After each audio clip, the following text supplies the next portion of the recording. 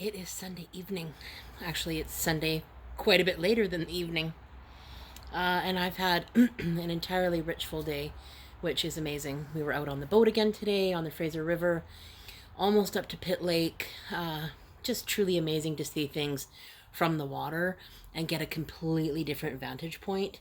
I was awestruck so many times today by the birds chirping and flying around and just the calm surrender around us until some guy came whipping by.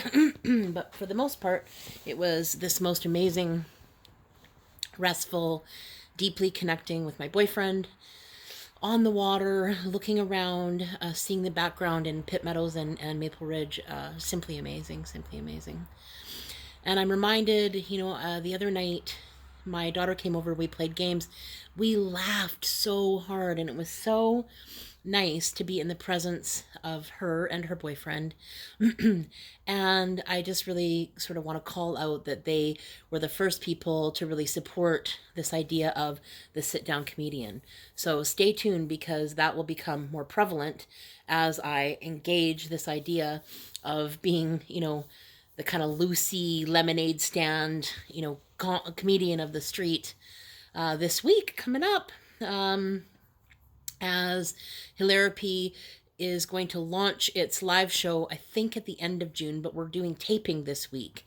And so, it was a lot of prep work. It was like, probably 2 months. I had an idea 2 months ago. It's formulated into starting to build the necessary props and everything else for it. And now finding myself, oh my gosh, like I actually am going to do this. I'm a bit nerve wracked and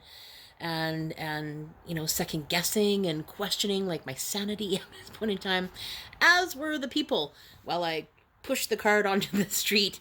And apparently you can see it from at least 150 feet away, so there will be no mistakes about what I am because it's boldly written on the sign. But in that nervousness, I just asked my family to support me, and Maddie and Caleb were the first people that showed up and sort of they did their silly walk, let me videotape them, let me interview them, and just had some fun. We laughed hysterically that night, and laughter's such good medicine for the soul. And I think that, even today, Ken and I just laughed and laughed. It was just so nice to add some levity to stuff and know that we're having fun. We're having fun with life. And I think it's so important sometimes because life can get serious, and especially when there's work involved and other people and the craziness that's out there. The serenity on the water is so removed from what's going on in the world around us. And there's so many different boats on the water. There's so many different people doing so many different things. Lots of people fishing, lots of people boating with their towing their kids on the tubes.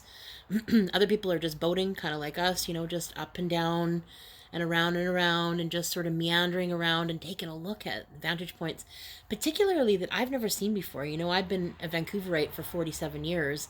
Well, I did move away for a year or two, so plus 40 years anyway. And I really am now understanding that our province is so beautiful and I've only seen a minuscule amount of it. So I'm really loving the fact that every day we're going to sort of travel and do a little something a little different and seek out different places and see different vantage points in different areas of BC, but particularly just in this sort of general vicinity area within about an hour of our house, which is pretty amazing. So, speaking of understanding that we're blessed and really understanding that even though all this stuff's going on outside, that ultimately we control our narrative. We control what we do, what we say, who we meet up with, who we don't meet up with. And for some people that's not entirely true, because I know that a lot of people have gone to work back to work recently. So phase 1 and phase 2, back to their jobs. People are opening back up, and things are a bit wonky out there as we get our new footing and we get, the idea of how to navigate some of this stuff. And I know some of my kids are back to work and feeling a bit stretched and stressed about that. So if you're one of those people that have gone back to work and life is sort of back to normal, so to speak, whatever that means at this point in time.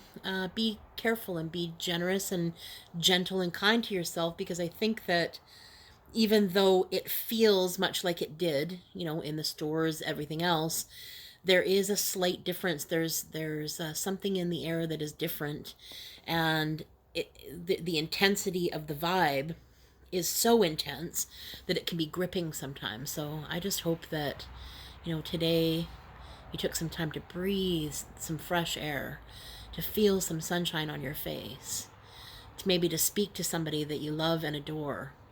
And, yesterday I was talking about gifts of confidence, about giving that stuff away, that appreciation, that recognition, because ultimately gifts of confidence are free.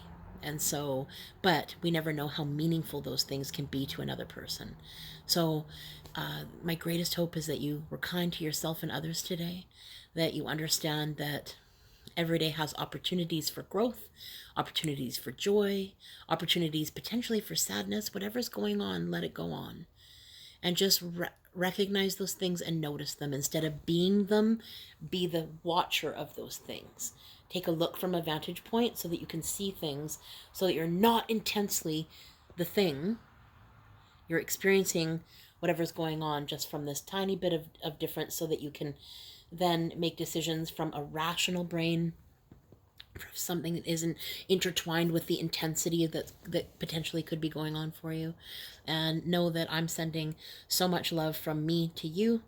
And I'm going to try and cut these videos in about half and see if that works for more people to spend time with me. So my hope is that you are being kind to yourself and others today and every day. And so much love. See you tomorrow.